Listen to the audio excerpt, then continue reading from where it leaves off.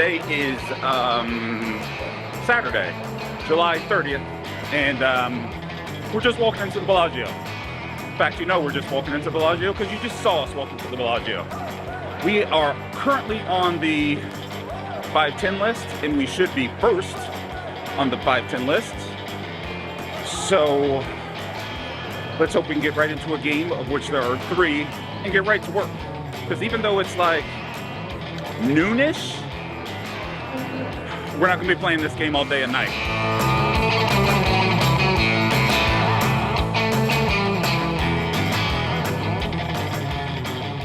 The games around town change drastically after the World Series leaves town. The first noticeable difference is that you can actually get in the games because the lists aren't 50 to 60 people deep on the weekends anymore. That's a good thing. However, the bad part is the games can be kind of meh. The traveling weekend warriors aren't really back on the felt yet because they spent all their vacation time on the WSOP. The regs are broke after firing 19 bullets at every 1K rebuy available, and everyone else is just kind of pokered out from the whole extravaganza. I quickly get into a game this day and instantly notice that this won't be an action table at all. Glancing around the room, none of the tables are action tables really. Then again, it's still a little early in the day. Here, the hijack opens to $30, and I 3-bet from the button with 10-9 of hearts. The hijack thinks about it for a while and finds the call. We flop a gut shot and backdoor flush draw on Jack of Diamonds, 7 of Hearts, 6 of Spades, and continuation bet for $70 when the hijack checks it over to us. Again, the hijack thinks about it for a while and finds the call. The turn 4 of diamonds doesn't help us much, and we should probably have fired again when the hijack checks it to us. But we don't. We check it back. The river queen of diamonds not only is an overcard to the board, but also completes the diamond flush, which doesn't help us in the least. The hijack thinks again, this time decides to lead for $100, and we find a pretty easy fold. Not really the start I wanted to this session, but it's still early. About 10 minutes later, which coincidentally is the very next time I'm on the button, we get into a really tricky spot. Action folded to me and I open for $30 with 8-9 suited. Pretty standard. The small blind puts in a 3-bet to $115 and we find the call. 8-9 suited's not my favorite suited connector here, and honestly I would much rather have my 10-9 suited back or even 7-6 suited in this spot. 8-9 can be big trouble. All that being said, I obviously don't hate the 6-6-7 flop. The small blind continues for $130, and me being careful not to overplay my draw into an uncapped range, I just call. The turn is where things get wacky. The turn deuce of spades is a complete and utter blank, and the small blind now bets $450, leaving himself $500. Mathematically, this bet is slightly smaller than pot. It's a standard size bet. Hell, he could have even bet way more than this and it would have been fine. However, in a live game, most players aren't thinking in terms of pot size bet or 1.5x pot. They're thinking in terms of money. And $450 is a lot of money to bet on a single street, especially when a blank hits. He's strong. The rub is, I'm strong too. Well, technically I have 9 high, but you know what I mean. Fold, call, shove for 1,000. These are the options. If we fold, we lose. If we call, we only win if we wind up with the best hand on the river, which might be hard. However, if we shove, we still have outs to the best hand if he calls, and we can win right now if he's posturing with something like ace-king or ace-queen. We shove, and he snap calls. I mean, super snap calls. Oops. I'm all in. Tom V, 510 no limit, Tom V. Once or twice? It's up to you. Twice. Twice? Yeah. We discussed running the river once or twice, settle on twice, and off we go. On the first run, boom, 5 of diamonds right off the top. Lock that one up with a straight flush. On the second river, 8 of clubs, giving me top pair, which I quickly find out is no good when he exposes pocket queens. Straight flush. That's it? So you want to chop it up before I open my card? Huh? It doesn't matter. Nice and I see. Chop it up.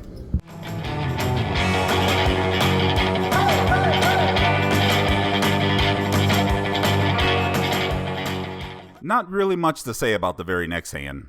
We fold 4-deuce offsuit from the cutoff. Big deal.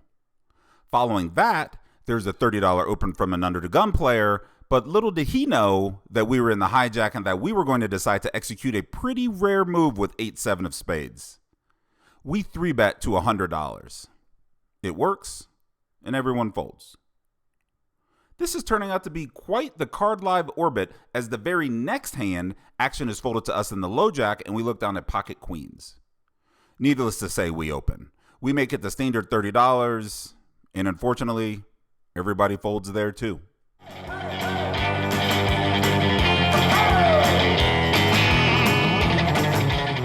In orbit, after opening and getting no action, we find another open with a pocket pair. This time it's jacks from the cutoff. We make it $30 and both blinds call. We aren't too happy with the ace-queen-3 rainbow flop, and when both blinds check, we decide to take a shot at it for $40. The small blind releases his hand pretty quickly. The big blind, however, not so fast. He decides to put in the check raise and makes it $120. Jacks? Although a really good hand pre-flop, we're going to have a hell of a time navigating turns and rivers now. We'll have better hands to go to war with from the cutoff. We fold. Orbit or so later, we face an open limper from under the gun while we are holding ace-jack offsuit in the small blind with action folded to us. Not too big of a fan of limping myself and letting the big blind tag along for no good reason, so we put in the raise to $50. The big blind folds, the under the gun limper decides to call, and we are heads up. 3 of hearts, king of diamonds, 5 of clubs. We raised pre-flop, we still have the betting lead, and we're uncapped. This flop isn't the worst for us versus the range of someone that limped under the gun. In other words, most people aren't limping aces, kings, and ace-king under the gun. Sure, some do it, but it's not very common. On the same token, I can easily have any one of those 3 hands. We keep that big hand energy going by betting $40 on this flop. The under the gun player, slightly annoyed, picks up his cards, gives them one last look before pitching them into the muck.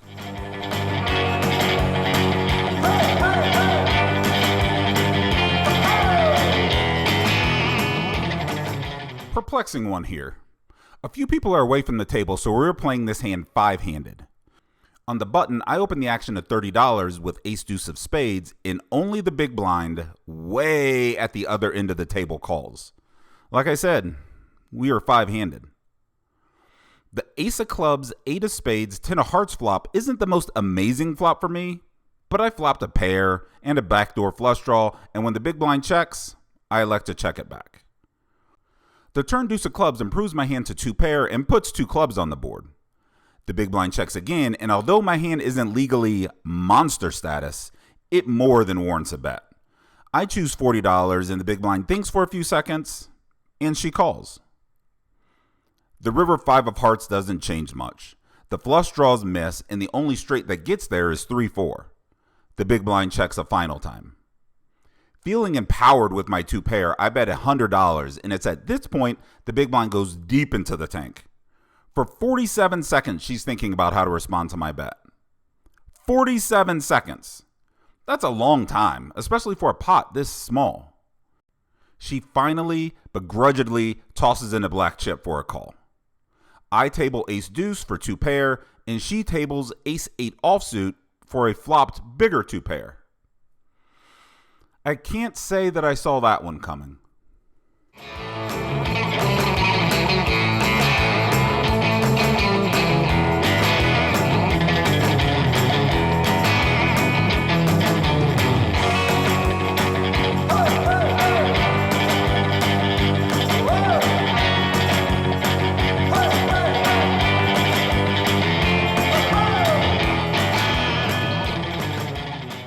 For all the yous out there, yes, yous, that think we all just play by the charts, I guarantee you that the charts don't tell you to open 4-5 offsuit from the cutoff, but that's just what I did here when the action was folded to me.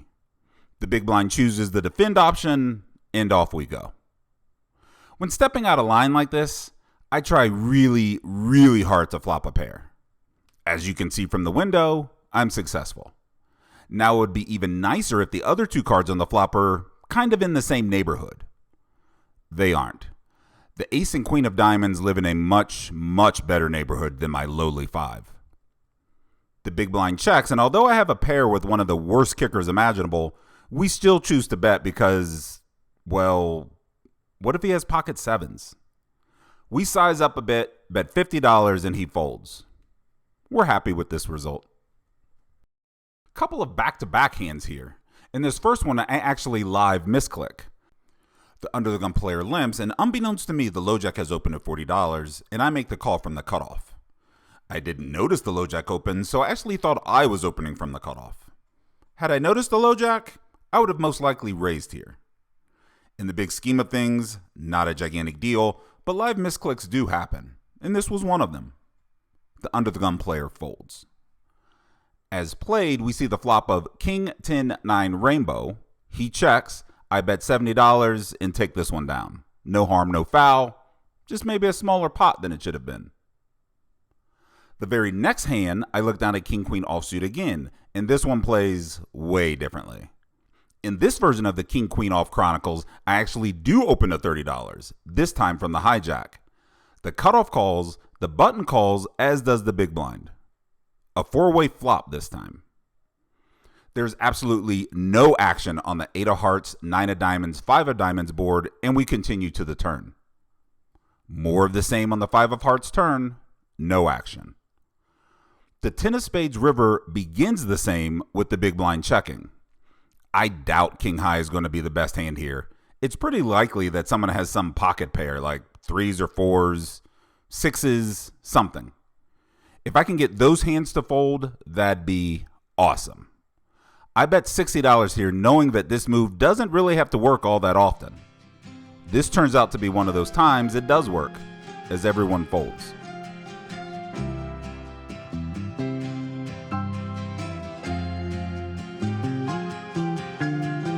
Laid under the willow tree, the last weekend of summer, the empire at our fingertips, the autumn to discover.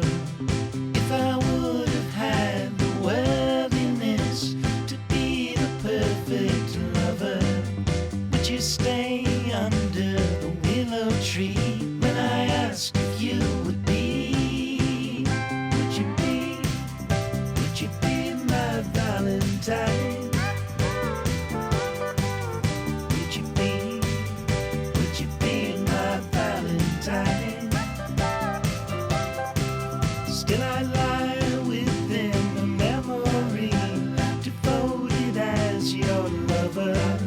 You could take my hands and cover your eyes and tell me there's no other.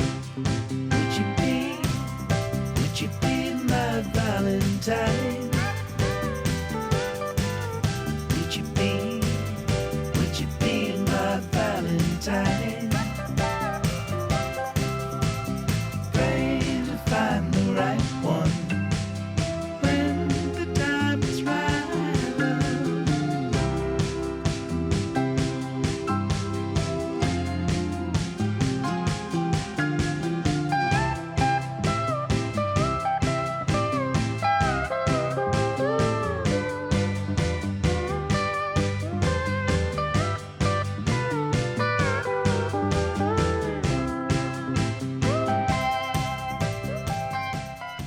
A bit later in the session, a super friendly guy sits down to my right.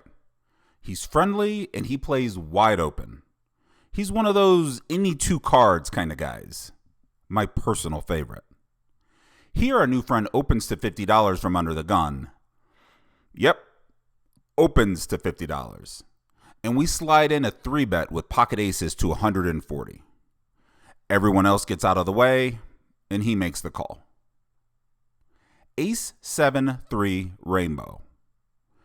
The under-the-gun player checks, and this is for sure the type of guy that will tend to just pop off when he senses weakness. Knowing that this is a flop I'm going to bet damn near 100% of the time, I choose to deviate a little and pray that he doesn't disappoint. I check it back.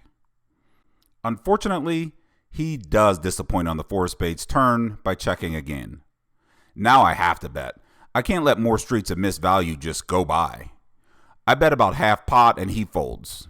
He later tells me that he had 8-5 of spades. Like I said, he's wide open.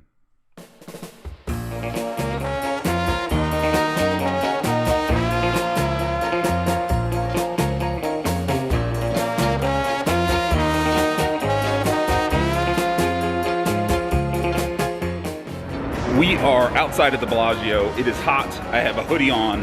This is the mid-session update. I've been here for 4 hours, and my game for that 4 hours has been relatively good. My card distribution lacking. Besides ribbering a straight flush very, very early on in the session and chopping that pot, I have no other hands to talk about. I mean, I really don't. I squeezed twice from the small blind with king queen offsuit. Both times I had to fold pre-flop after being raised, and both times the opponent either showed me or told me they had pocket kings. So lost the minimum on those hands, but I still lost. About 5 minutes ago though, I did pick up pocket aces. I did flop top set, and I won, I don't know, 200 bucks. Right now, I'm in the game for 15. I have maybe 10 or 11 in front of me, so we're down 400 or 500 bucks. But we're 3.5, 4 hours in. 3.5, 4 hours in. We got time. We'll get it back. What's with the damn siren? All right, I gotta eat this salad. Then I'll get back in there. One of the best parts about creating a vlog is having the ability to go back over the hands, replay them, analyze them, and marvel at how many ways you can butcher a very straightforward hand. There's no two ways about this one. It's just played badly. The low jack opens here on the larger side to $40 in the hijack flats. I look down at ace queen of spades in the cutoff and elect to 3-bet to $150. Also a bit on the larger side, adjusted to account for the low jack's larger opening. The low jack now finds the call and the hijack folds. I could get nitpicky and discuss my 3-bet sizing being too big, but I'll live with that. That's not the major problem in this hand. The flop comes 5 of diamonds, 2 of diamonds, 4 of hearts, and the low jack, as expected, checks. Here's where the nightmare starts. I bet $160 into this $350-ish pot, which isn't even a decent size, but more importantly, look at this board specifically, and remember, I 3-bet pre-flop. On this board, who has all the sets in 2 pairs? Me or the low jack? Exactly. The low jack does. I have maybe a couple of combinations of 5-4 suited, and that's it. I have no sets, while the low jack can have all the sets. I have no 2 pairs, and the low jack can have all 2 pairs. Hell, even if I had red pocket aces, I wouldn't be fist pumping on this board.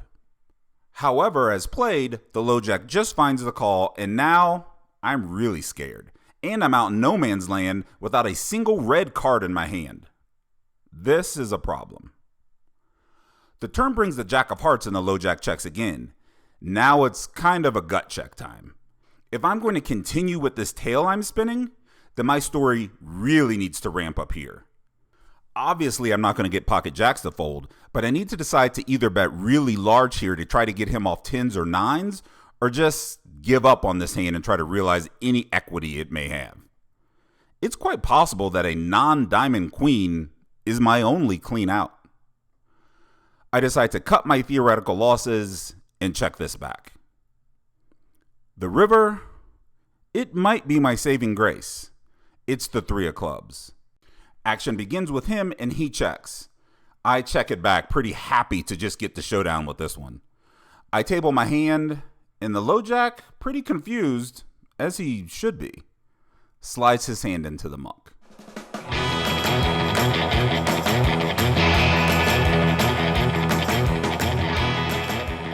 Night progressed, I got to play a few more hands with my new friend on my right.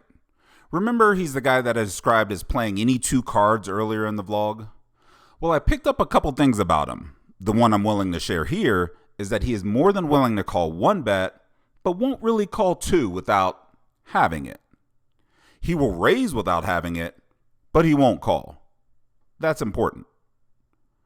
In this hand, he opens the cutoff to $30, and I make an easy call on the button with pocket 6s. We are heads up. He decides to check the 7 of diamonds, 8 of diamonds, queen of spades board, and my hand is kind of worthless. So let's put my theory to the test. We bet $60 here with plans to not slow down if he calls it. He does, and we're off to the turn. We get lucky and get a really good turn card, the deuce of spades. This improves nothing, and he checks again.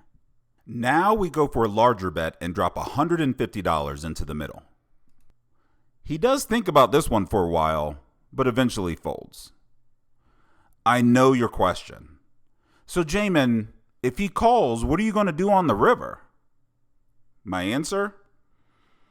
I don't really know, but I wasn't checking.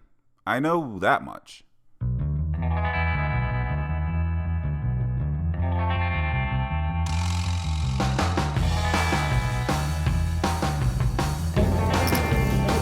$120.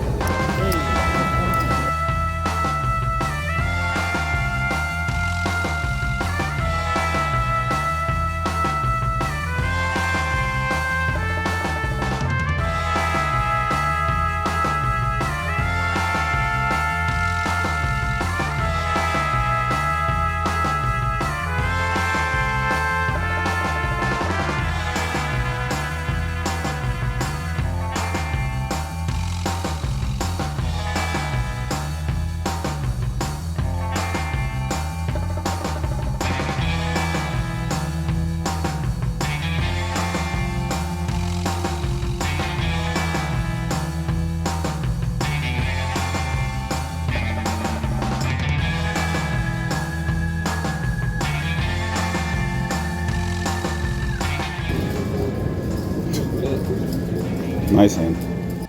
Nice hand. Really? That didn't sound sincere at all.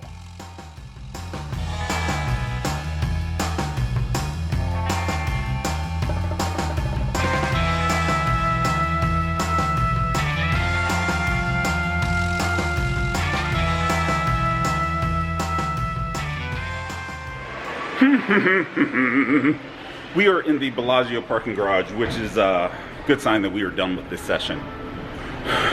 Like I said, when I got here 5 hours ago, it wasn't going to be an all-night affair. It is about 7 o'clock, and it's time to get out of here.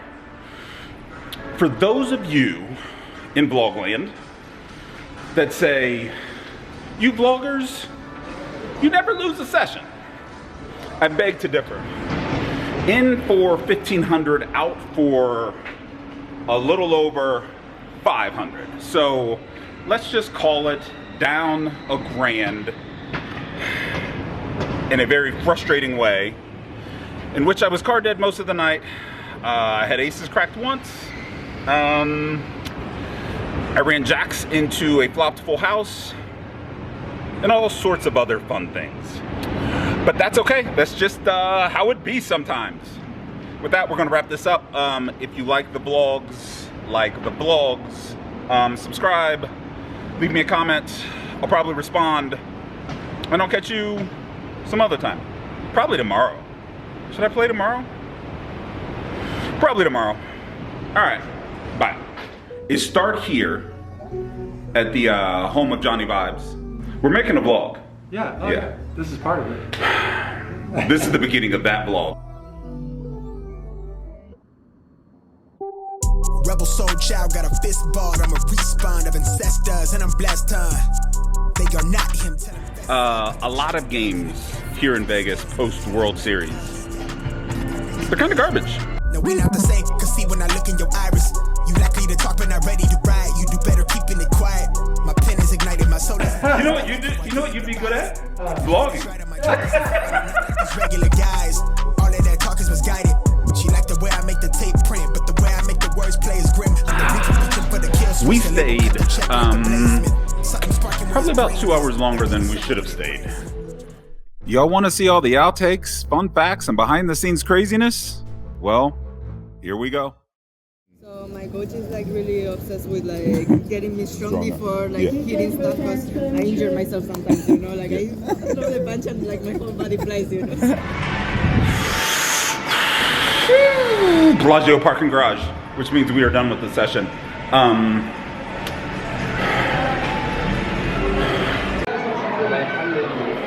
In for, but that's okay. I've squeezed twice from the big blind with king queen offsuit. Both times I've folded pre-flop and was either shown or told the opponent had pocket queen.